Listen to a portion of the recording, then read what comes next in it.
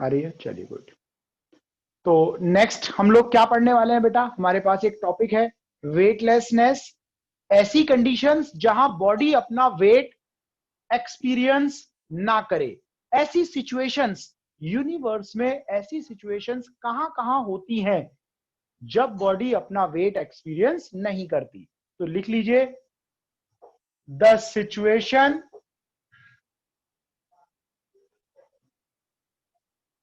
in which a body experience या body does not experience its weight zero is called weightlessness, is called weightlessness। ऐसा बेटा दो कारणों से हो सकता है, या तो एक्चुअली वेट जीरो हो गया हो, या तो एक्चुअली वेट जीरो हो या अपेरेंटली वेट जीरो हो। दोनों पॉसिबिलिटी में वेटलेसनेस हो सकता है। एक्चुअल वेटलेस जीरो हो जाए या अपेरेंटली वेट जीरो हो जाए, हमें कोई फर्क नहीं पड़ता, एक्सपीरियंस नहीं होना चाहिए, बस एक्सपीरियंस नहीं होना चाहिए। तो सबसे पहले तो मुझे बताइए बेटा, what is the meaning of weight of a man. What is the meaning of weight? Weight क्या होता है बेटा? Force exerted by the earth towards its center is called weight of a man. When a man is near to a big planet, that big planet has a gravity apply on that particular man and try to pull that man towards its center. The force with which a body experience towards its center is called weight. Weight is nothing but mass into acceleration due to gravity. Weight is mass into acceleration due to gravity. Mass cannot be zero. हमेशा याद रखना है बेटा, किसी भी body का मास कभी भी जीरो नहीं हो सकता। मास can not be zero, but gravity or effective gravity can be zero, but g or effect of gravity may be zero। तो ऐसी कंडीशन में जब g की वैल्यू जीरो हो जाए, वेट कितना हो जाएगा? जीरो आ जाएगा बेटा। वेट कितना आ जाएगा? जीरो आ जाएगा। तो वेटलेस होने के लिए क्या जीरो होना पड़ेगा? या तो g एक्चुअल में जीरो हो जाए या g का इफेक्ट जीरो हो जाए बेटा। ठीक है, वेटलेसनेस। क्वेश्चन आता है, what is weightlessness and what is the condition for weightlessness. कहां कहां वेटलेसनेस हमें हो सकता है? तो मैं आपको 5 जगह बताऊंगा बेटा। 5, मेनली 4 आएंगी एग्जाम में, मैं आपको 5 बताऊंगा। 6th भी बता सकता हूं, लेकिन थोड़ी सी आपको समझने में दिक्कत होगी। चलिए लास्ट में 6 भी बताऊंगा मैं, लेकिन फिलहाल 5 चीजें मैं आपको यहां पर डिस्कस कराऊंगा, कहां कहां पर वेट जीरो होगा। सबसे पहली बात बेटा, at the centre of earth. पहला point, at the centre of अर्थ।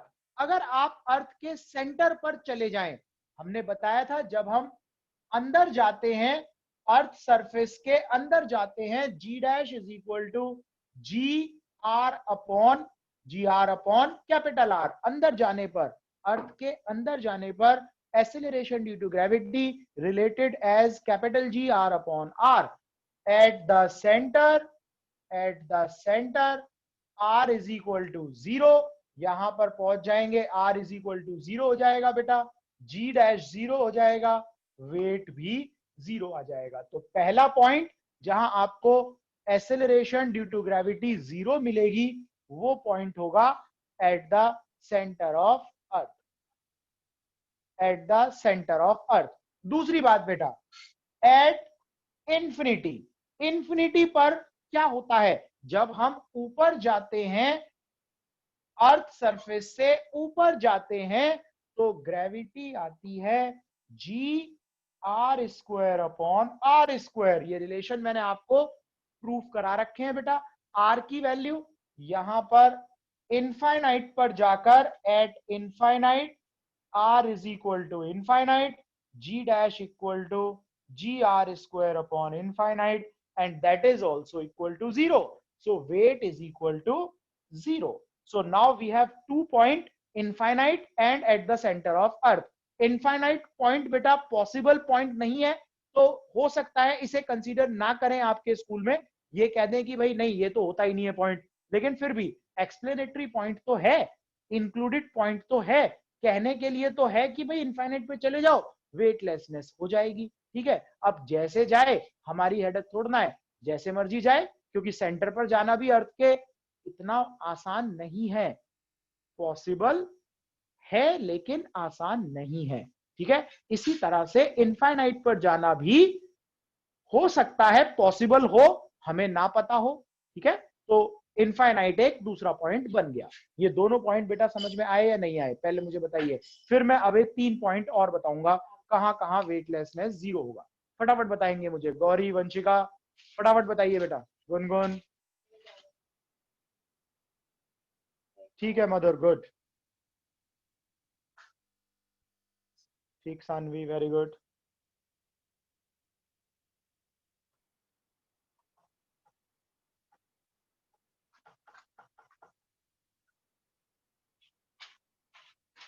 चलिए ठीक है, चंचल, रमन, गुड बेटा। तो 2 पॉइंट हो गए बेटा हमारे। ठीक है गुनगुन, ठीक है, ये पिलपिला था।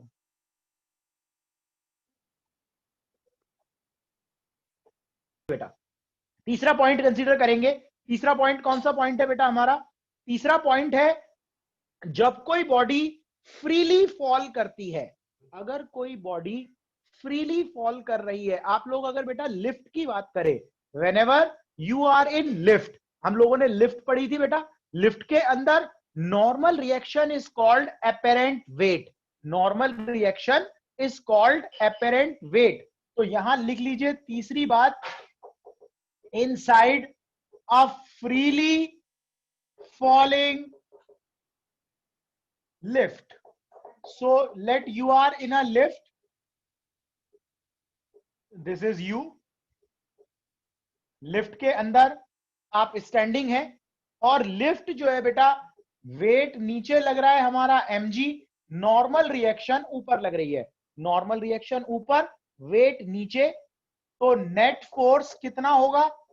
Total mass into acceleration, net force होगा बेटा mg minus n, total mass m, acceleration a। For free fall acceleration कितना होता है? एक्सेलरेशन होता है बेटा a। फ्री फॉलिंग ऑब्जेक्ट के लिए whenever a body fall freely, acceleration due to gravity is g, a is equal to g। ठीक है, g जीरो नहीं है, जीरो नहीं है, लेकिन a is equal to g. If a is equal to g, so mg minus n is equal to ma, n is equal to mg minus ma, mg minus mg cancel हो गया, normal reaction become zero. तो यहां बेटा wait zero नहीं होगा, but apparent wait zero हो जाएगा। तो यहां पर हमारा एपेरेंट वेट बिकम जीरो, और ये भी that is body experience weightlessness, weightlessness, body क्या एक्सपीरियंस करेगी? वेटलेस एक्सपीरियंस करेगी। सो this is our third condition when body experience weightlessness. This is our third condition when body experience weightlessness. First condition is at the center of earth, second condition is infinite, third condition is freely falling object, freely falling object। अभी हमारे ऊपर 2 और conditions due हैं बेटा, कहां पर weightlessness होती है। So let's move on the fourth point where we feel the weightlessness, weightlessness. चलिए, so fourth point is fourth point is inside an artificial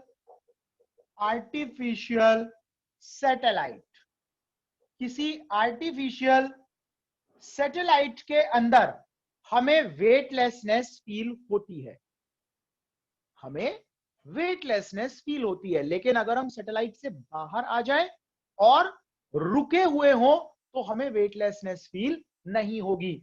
reason बताते हैं बेटा क्यों। देखिए, ये अर्थ हमारी और इसके चारों तरफ एक सैटेलाइट मूव कर रहा है, ये हमारी अर्थ सैटेलाइट मूव कर रहा है। बताइए, सैटेलाइट पर अर्थ की ग्रेविटी काम करेगी? ऑब्वियसली काम करेगी, क्योंकि अर्थ की ग्रेविटी तो कहां तक है? इनफाइनाइट तक है। सैटेलाइट पर अर्थ की ग्रेविटी काम करेगी, लेकिन क्योंकि सैटेलाइट सर्कुलर पाथ में रिवॉल्व कर रहा है, then satellite also experience a centrifugal force which is outward. Gravity is inward, centrifugal force is outward. Both the force balance each other, so the net force or net effect of gravity become zero. Net effect of gravity becomes zero, and the satellite experience no gravity. In the same way, whenever a man is inside the satellite, मान लीजिए, let a person is inside the satellite, let this person is inside the satellite, ये कोई व्यक्ति है, कुछ भी हो सकता है, इसका नाम से मतलब नहीं है, इस पर वेट लग रहा है नीचे की तरफ mg, वेट जीरो नहीं है बेटा, वेट लग रहा है, लेकिन सैटेलाइट मूव कर रहा है, तो भैया ये आदमी भी तो मूव कर रहा होगा, ये सैटेलाइट के साथ साथ ये एस्ट्रोनॉट जो इसके अंदर बैठा है वो भी तो मूव कर रहा है, और जब ये मूव करेगा then it also experience a centrifugal force, centrifugal force. So net force on the man is zero. Net force on the man is zero. Therefore, the net weight of the man is also zero. And the man experience zero weight or weightlessness. Detail में लिख लेते हैं बेटा. Inside artificial satellite, the weight due to earth is just balanced by the centrifugal force, just balanced by the centrifugal force, and man experience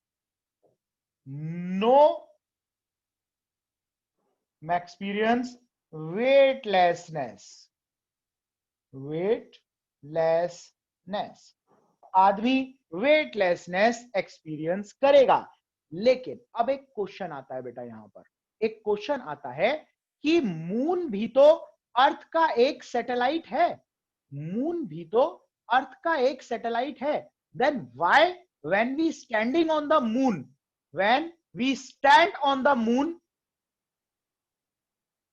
we never experience weightlessness, we experience some weight. Why we experience some weight on the moon? दोबारा बोलो sir, gravity. क्योंकि sir moon gravity किसकी? सक्षम moon की gravity होती है. बेटा देखो, सैटेलाइट छोटा है, सैटेलाइट की अपनी, इस मैन और इस सैटेलाइट का आपस में जो ग्रेविटेशनल फोर्स है वो बहुत कम है. अर्थ बहुत बड़ी है, तो अर्थ का ग्रेविटेशनल फोर्स बहुत ज्यादा है, उसे कैंसिल करने की जरूरत है, सैटेलाइट का नहीं है. लेकिन फिर भी अगर मून के ऊपर कोई आदमी हो तो मून की जो ग्रेविटी है वो बहुत ज्यादा है सैटेलाइट से. अर्थ की ग्रेविटी सेंट्रीफ्यूगल फोर्स से कैंसिल हो गई, लेकिन मून की जो ग्रेविटी है उसे कोई कैंसिल नहीं कर रहा है. ध्यान से देखिए बेटा, अर्थ की ग्रेविटी सेंट्रीफ्यूगल फोर्स से कैंसिल हो रही है, लेकिन जो मून की ग्रेविटी है उसे कोई कैंसिल नहीं कर रहा है और ये आदमी यहां पर वेटलेस एक्सपीरियंस नहीं करेगा। तो मून पर कोई वेटलेसनेस एक्सपीरियंस नहीं होगी, because moon is a very big object, it has its own gravity and that is not cancelled out by any centrifugal force. That's why the man on moon experienced some weight. So now we have discussed 4 topics, 4 places where we have weightlessness. The first place is at the center of earth, second place is infinite, third place is inside a freely falling lift, and the fourth place is inside artificial satellite. Now the fifth one is, where is the fifth place? Anybody can guess? Where is the fifth place where we feel a weightlessness? So fifth place is at null point. At null point, एक point होता है बेटा जिसे कहते हैं null point. कोई बताएगा क्या होता है नल पॉइंट? गुनगुन आप बताइए बेटा, नल पॉइंट क्या होता है?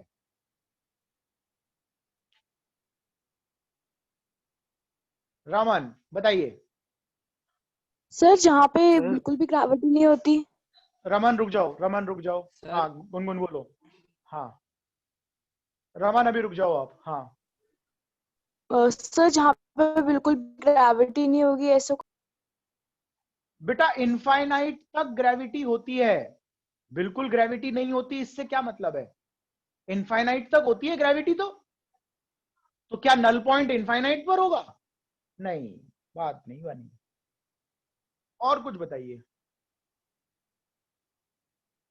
रमन बोलो बेटा, क्या बोलना चाह रहे हो? सर जब 2 प्लैनेट्स के बीच का ऐसा एक पॉइंट जहाँ पे आके दोनों की ग्रेविटी वेरी इक्वल हो गुड। दो जाती है, प्लेनेट के बीच का एक ऐसा पॉइंट जहाँ पे आके दोनों की ग्रेविटी इक्वल हो जाती है। वेरी गुड, बिल्कुल एग्जैक्टली आपने सही बताया।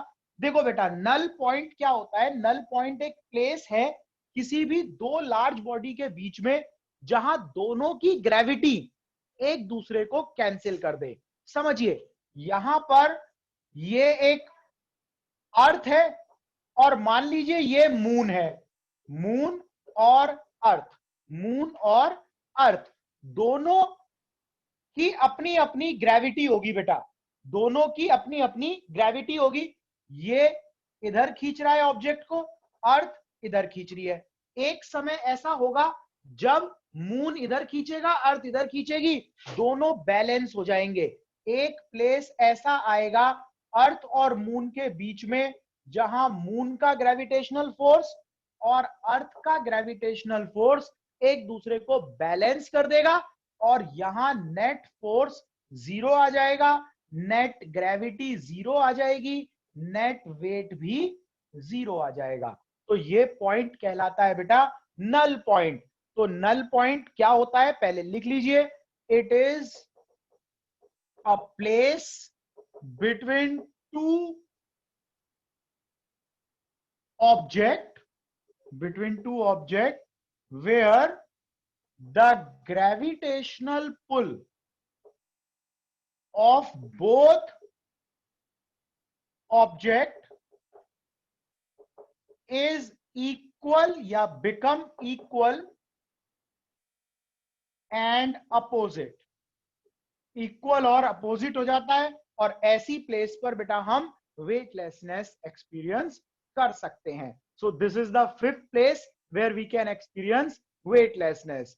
मैंने आपको शुरू में कहा था, मैं आपको छठी जगह भी बताऊंगा वेटलेसनेस कहां होती है बेटा।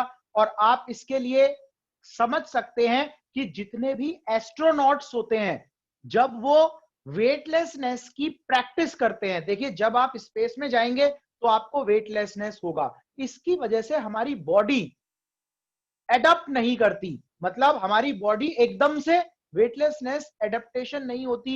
बहुत सारी कॉम्प्लेक्सिटी आ सकती है, डाइजेशन में प्रॉब्लम, सांस लेने में प्रॉब्लम, बहुत सारी दिमाग को भी समस्या हो सकती है। उसको समझाने में बहुत टाइम लगेगा कि बेटा हम बहुत दूर आ गए हैं और अब ग्रेविटी नहीं है, मान जाओ सेफ है। लेकिन नहीं, माइंड कहेगा नहीं नहीं कोई प्रॉब्लम है तभी तो हमें वेट नहीं लग रहा। बहुत टाइम लग जाएगा बेटा, इतनी टाइम में तो हमें वापस भी आना है, वहां काम भी करना है, तो हमें क्या करना पड़ेगा, हमें एडेप्टेशन करनी पड़ेगी, हमें एक हैबिट में लाना पड़ेगा वेटलेसनेस का। तो हम किस जगह जाएं जहां हमें हैबिट मिल जाए वेटलेसनेस समझने की? क्या हम अर्थ के सेंटर पर जाएंगे? नहीं, पॉसिबल नहीं है। क्या हम इनफाइनाइट पर जाएंगे? पॉसिबल नहीं है। क्या हम लिफ्ट में बैठकर छलांग लगा देंगे? नहीं, पॉसिबल नहीं है। क्या हम न्यूट्रल पॉइंट पर जाएंगे? नहीं, पॉसिबल नहीं है। तो ऐसी कौन सी जगह है जहां हम प्रैक्टिस करें वेटलेसनेस की? इसका आंसर है inside water, inside of fluid. अगर हम किसी फ्लूइड या वाटर के अंदर चले जाएं तो हमारे ऊपर एक बायंट फोर्स लगती है बेटा। हमारा वेट नीचे लगता है, बायंट फोर्स ऊपर लगती है। अगर हम अपने वॉल्यूम को बढ़ा लें, मतलब एक ऐसा सूट पहन ले जिसके अंदर हवा भरी हो, तो हमारा बायंट फोर्स वेट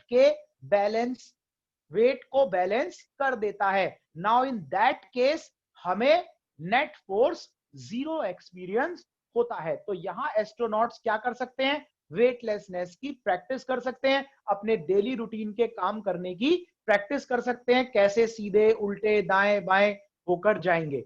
आपको एग्जाम में ये मेंशन करने की जरूरत नहीं है, ये 5 पॉइंट काफी हैं। 4 मैंने आपको मेन बताए। अगर आपको इनफाइनाइट वाला छोड़ना है वो छोड़ सकते हैं। 4 मेन पॉइंट आप अगर पूछे जाएंगे तो पहले वही लिखेंगे। First, at the centre. Second, freely falling lift. Third, null point. And fourth is कहां होगा बेटा? जल्दी बोलो। फोर्थ इज, बोलो कौन एट सा एन रह गया? Artificial satellite. Inside the artificial satellite. ये 4 प्रायोरिटी में रखना, ठीक है? जब एग्जाम में आए ये 4 प्रायोरिटी में रखना। कोई याद ना आए तो इनफाइनाइट वाला घुसा सकते हो आप इसमें। और ये बैलेंसिंग वाला जो मैंने बताया था, बायंट फोर्स वाला, ये तो आप अभी छोड़कर चलो, क्योंकि फ्लूइड हमने नहीं पढ़ा है। आर्किमिडीज तो हमारे सिलेबस में भी नहीं है, ठीक है ना? तो अभी इसको हम कंसीडर नहीं करेंगे बेटा। तो ये हमारी आज की क्लास होगी। एली